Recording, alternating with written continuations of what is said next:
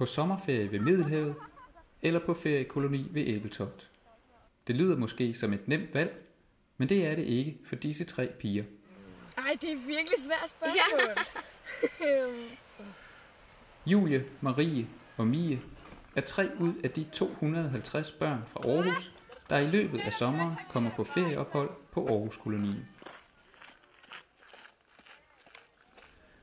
12 dage uden mor og far, swimmingpool og italiensk is, men til gengæld rig på natur, sjov og nye venner.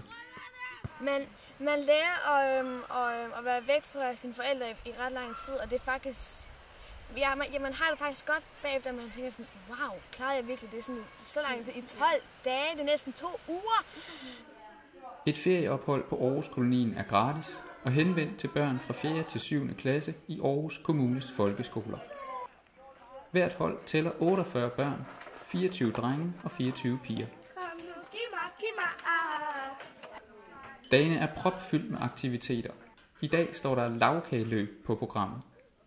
Lagkageløbet går ud på, altså det er sådan lidt sådan en slags stjerneløb, hvor de kommer herhen, og så bliver de sendt ud på nogle poster, hvor de skal finde på en løgnhistorie, de skal lave strandsmykker, de skal finde nogle forskellige ting i naturen, og så får de point, som de så bruger til lagkageingredienser. Aarhus-kolonien startede i 1935 som svagbørnskoloni for børn, der led af f.eks. tuberkulose eller kirtelsyge. I dag udgør kolonibørnene et bredt udsnit af Aarhus' skolebørn.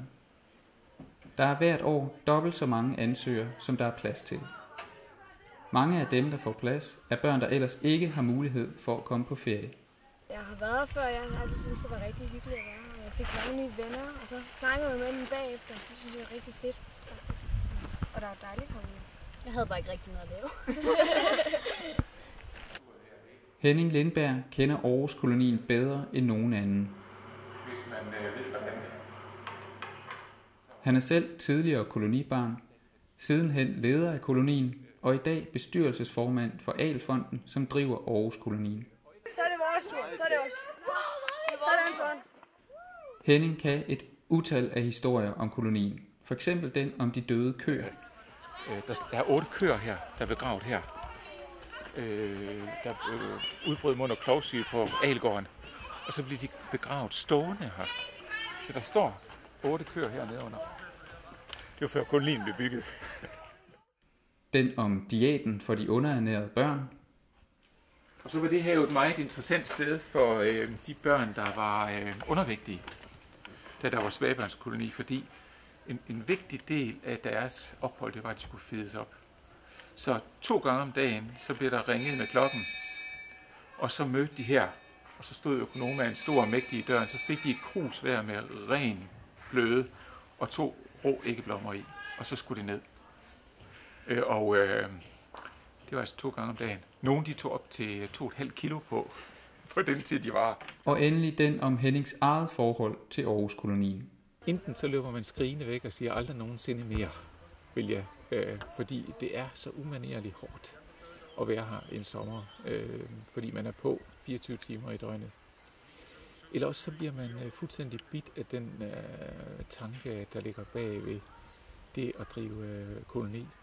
Altså at man kan give nogle børn en god oplevelse og være sammen med dem så meget, som man er her. Og især når man er lærer i folkeskolen og klasselærer, så kender man den der følelse af at være de børns advokat.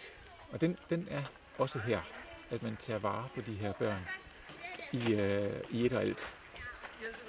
Og det bliver så betydningsfuldt. Henning er en af mange ildsjæle, uden hvem Aarhus-kolonien ikke havde overlevet igennem snart 80 år. Rasmus, som er leder på dette hold, er med for 3. år i træk, og måske så småt på vej i Hennings fodspor.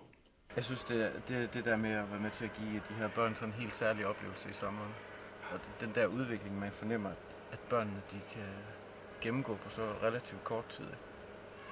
Og der er mange op- og nedture på sådan et hold her, ikke? Og dem gennemlever man også sammen. Lagkageløbet har været omkring stranden, hulen, bålpladsen, teatret og den gamle københavnerkoloni, Og nu skal grupperne hjem og veksle deres indsamlede point til lavkageingredienser, og så skal kagen samles.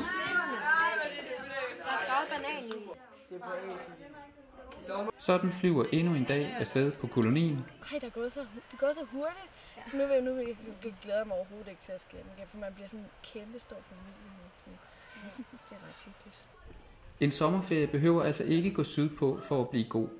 Men kan Aarhus-kolonien nu også hamle op med Middelhavet, hvis børnene alligevel skulle vælge?